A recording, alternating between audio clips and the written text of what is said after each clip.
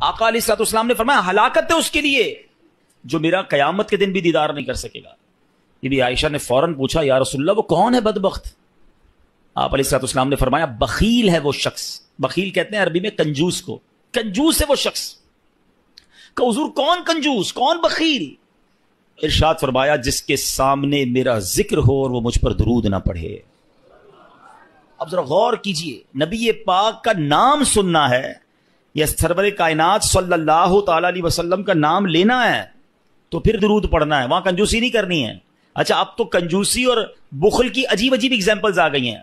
اچھا پہلے تو درود نہیں پڑھتے تھے، اب پتہ نہیں کیا ہو گیا، درود بھی پڑھتے تو شارٹ فارم والا، نبی پاک کا نام لیا اور ساتھ سلام کہہ دیا۔ معاذ اللہ، صلی اللہ تعالی علیہ وآلہ وسلم، کم از کم پورا تو درود پڑھو یار۔ اچھا اسی طرح لکھنے میں کنجوسی، لکھنے تو پورے اخبار بھر دیں گے، پورے ناول لکھ دیں گے، مگر جب نبی پاک علیہ السلام کا نام آئے گا تو سلام یہ صاد لکھ دیں گے، یہ حرام ہے۔